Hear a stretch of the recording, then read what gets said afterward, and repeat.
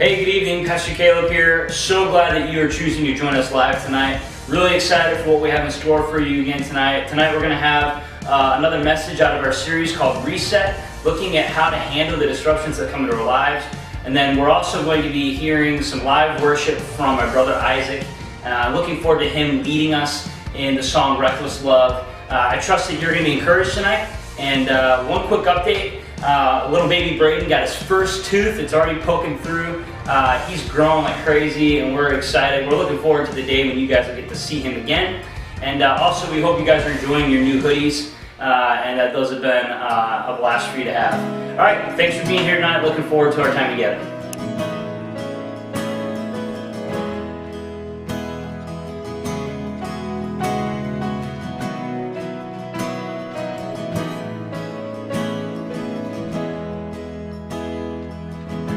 Before I spoke a word, you were singing over me.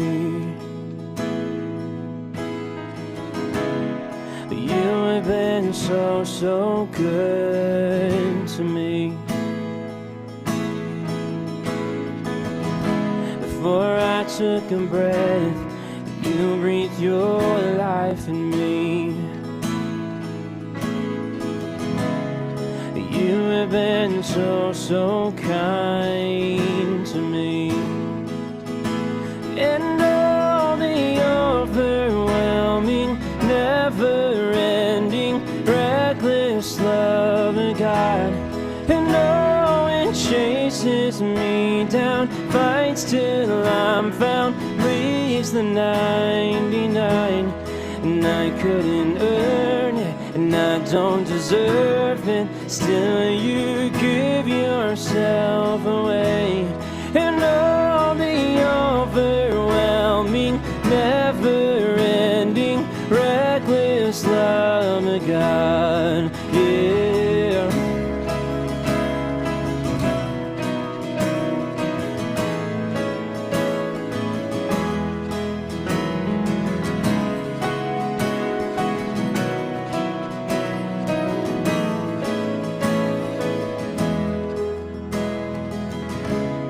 When I was your foe, still your love fought for me. You have been so good to me. When I felt no worth, you paid it all for me. You have been so kind to me. And all the overwhelming, never-ending, reckless love of God. And oh, it chases me down, fights till I'm found, leaves the 99. And I couldn't earn it, and I don't deserve it. Still you give yourself away. And all the overwhelming, never-ending, reckless love of God, yeah.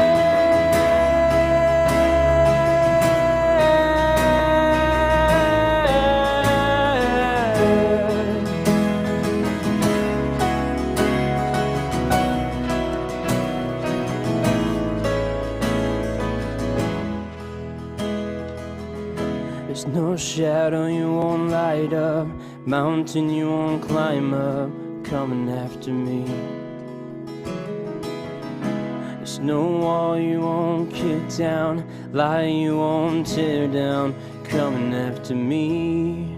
There's no shadow you won't light up, mountain you won't climb up, coming after me. There's no wall you won't kick down, lie you won't tear down, coming after me. There's no shadow you won't light up, mountain you won't climb up, coming after me. There's no wall you won't kick down, lie you won't tear down, coming after me. There's no shadow up, mountain you won't climb up, coming after me, yeah. There's no wall you won't kick down, lie you won't tear down, coming after me. No, the overwhelming, never-ending, reckless love of God. And no, it chases me down, fights till I'm found, leaves the 99, and I couldn't earn it, I don't deserve it, still you give yourself away. And oh, the overwhelming, never-ending, reckless love of God, yeah.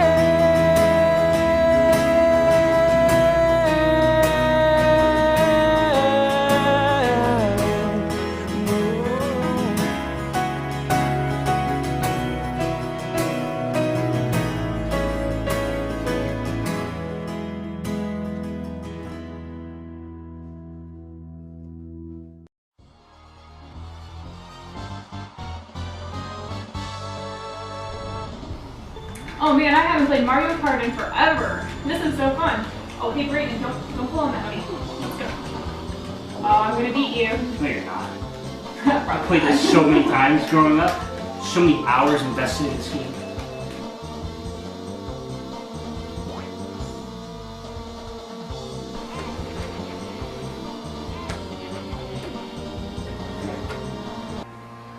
Oh man, I was just about to beat you in Mario Kart. He hit the game card and it froze. Yeah, it's okay. We still love you, buddy. We do. I guess we just need to hit the reset button and try again. Yeah, it's okay.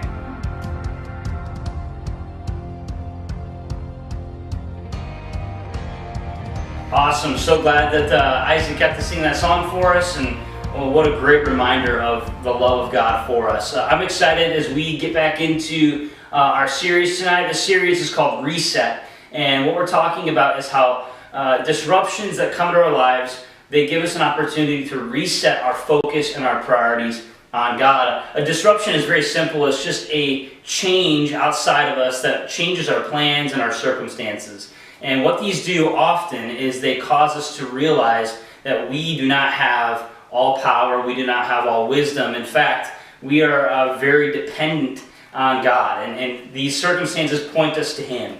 And last week we began this series talking about a guy named Joseph. Joseph is this young man who is sold into slavery into the land of Egypt by his own brothers. His brothers sell him into slavery. He gets there, and we find that he quickly excels. He becomes a prominent figure in the house of Potiphar, and then he is falsely accused of a sin he did not actually commit. He's thrown in jail. Later on in his story, he becomes a second in command of the land of Egypt, and God uses him to rescue his family and his people. And what's really important to see from the life of Joseph is that he served other people and he worshiped God in the middle of his disruptions. He didn't wait until things got better. He didn't wait until he got the things that he wanted in order to serve others. It was in the middle of his plans being disrupted that he was worshiping God and serving other people. And tonight, we're going to be looking at the life and the story of a woman named Rahab. And so I'm really excited about that. Before we do that, I was just thinking about disruptions in our lives. And you know, sometimes we have this awareness that a disruption might be coming soon. And it's interesting because people tend to react in fear when they know a disruption is coming. I remember early on in this COVID-19 pandemic, I went over to Meijer at about 11:30 p.m. And when I got there, I was blown away by the amount of people that were in this store. Full store of people and very empty shelves. And it was that night that I went there for some, fresh meat and some eggs and some other necessities. I ended up walking out with a bunch of bags of chips and a bunch of snack food because they had run out. And it was at that time where I was beginning to realize that, hey, you know what? There's a disruption coming, and it reminded me of my limited power and my limited wisdom. And it's in these situations that we need to rest and trust and hope in someone greater than ourselves. And so the story of Rahab, here's the bottom line for tonight, is this: that disruptions are opportunities for us to recognize God at work and to trust Him. And so as we look at the story of Rahab, we're reminded that she lives in a land called Jericho. Where we're at in the background and the story of the scripture is the Israelites have just spent 40 years wandering around in the wilderness. They're preparing to cross over the Jordan River in order to begin their conquest and ultimately to receive their promised land that God had given to them. Their new leader's name is Joshua, and Joshua decides to send 2 men to go in to spy out the land of Jericho. When these men arrive in Jericho, they find the house of Rahab and they go into the house to hide. And not long after, we know that the king of Jericho finds out that these intruders are here in the land, and he sends some soldiers over to the house of Rahab. Rahab hides the men up on the roof, and she covers for them. In fact, she lies about them being there and that they had already left, and she protects these men. She rescues them from the death that was for sure coming for them from the soldiers of Jericho. As this conversation continues, we know that Rahab had an awareness that a major disruption was coming to the land of Jericho, and her response is one of faith. And so I just want to talk about 2 quick points from the story of Rahab. And the first one is this. From this story of Rahab, we see that she recognized God's power. So in Joshua chapter 2, verse 8, this is what we find. It says, "Before the men lay down, she came up to them on the roof and said to the men, 'I know that the Lord has given you the land, and that the fear of you has fallen upon us, and that all the inhabitants of the land melt away before you. For we have heard how the Lord dried up the water of the Red Sea before you when you came out of Egypt, and that you did to the 2 kings of the Amorites who were beyond the Jordan, to Sihon and Og, whom you devoted to destruction.'" And so Rahab recognizes the power of God. So the people of Jericho have heard about the mighty works of God. They've heard about his ability and his power. And what's important to note here is that the people of Jericho are not fearful because the Israelites have a massive, powerful army. They're not fearful because the Israelites have brilliant generals. The people are fearful because they have heard about God. They have heard about his power. They have heard about his might. They cite examples of the Israelites being rescued out of the land of Egypt and crossing the Red Sea. And basically, what the text says is that the people were filled with fear, and fear that was debilitating them. It was keeping them from being able to take action. And so what we find is that in the midst of all this, in the midst of this coming disruption, that disruptions often cause deep and debilitating fear. And the reason for that is they remind us that we are not in control, and that we have limited power, we have limited wisdom. From this story, we see that Rahab is confronted with this potential disruption, and she is mindful of God's power. So she's heard the report of the work of God, and she knows what is coming, and her response is to trust God. And so here's the second thing that we see. The first one is that she recognizes the power of God. She recognizes that he was at work in the past and that he's going to be at work in the present. And so here's the second one. Rahab trusts God as supreme ruler. So if you look in verse 11, this is what it says. "And as soon as we heard it, our hearts melted. And there was no spirit left in any man because of you. For the Lord your God, he is God in the heavens above and on the earth beneath."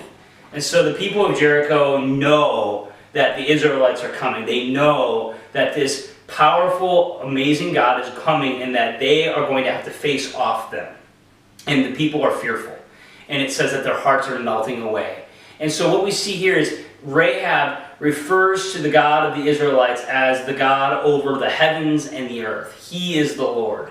And so at first we know that Rahab just recognizes the fact that God is powerful and that he is coming and that the Israelites are going to come and they're going to fight Jericho. But now we see that Rahab not only recognizes this, but now she is trusting that God is the ruler of the heavens and the earth. And the way we see that Rahab responds in faith towards God is in her treatment of the 2 spies. Think about this. These 2 spies have come in from a foreign land, and Rahab is covering for them. Now think about the consequences on her life if she would have been found out. And why else would she have been a help to these spies if it wasn't for her desire to serve God and her trust in him? And so we see from the life of Rahab that she sees a major disruption is coming. And because she was willing to, she recognized that God was at work here and she trusted him, she got to be a part of a much bigger story than hers alone. And what I mean by that is Rahab, as a result of her faith in God, she's rescued from the defeat that Jericho experiences. She becomes a part of the Israelite family, and in the broader picture, she is part of the same family line as Jesus. Now think about this for a second. Rahab is a Gentile woman who has been practicing paganism and belief systems that would be contrary to God, and on top of that, her lifestyle was that of a prostitute. And even in the midst of these things, when the disruption came, she looked away from herself and looked to God and trusted Him. And because of her faith in God, no matter what her past was like, because of her faith in God, she was made to be part of a much bigger story.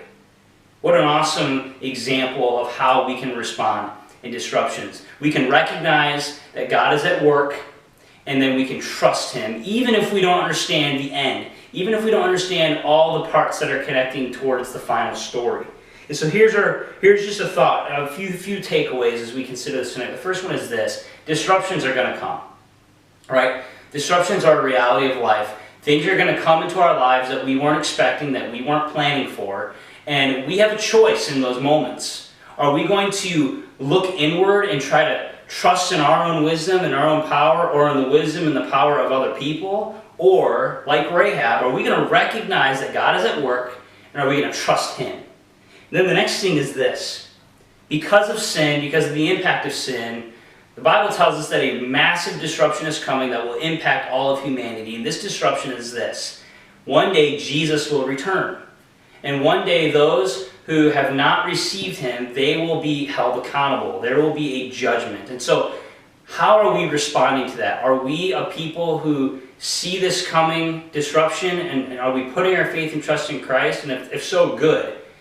But on top of that, are we people who are willing to go and to interact with others and to help them to come to know this? Disruptions are coming. How are we going to respond to them? And here's the last thought. Knowing disruptions will come, let's be diligent to recognize that God is at work, and let's trust Him. Here's our bottom line one last time. Disruptions are opportunities for us to recognize God at work. So as we consider the disruptions that come, I hope that you will join me in seeking to reset our hope, our priorities, our focus onto God. So good to be with you. I hope you've been encouraged in this talk. Hey guys, thanks so much for joining us tonight. I hope you've been encouraged. Hey, we're going to hop over to Zoom, but we're going to do that at 8 o'clock. Okay, so we're looking forward to connecting with you. Thanks again for joining us tonight.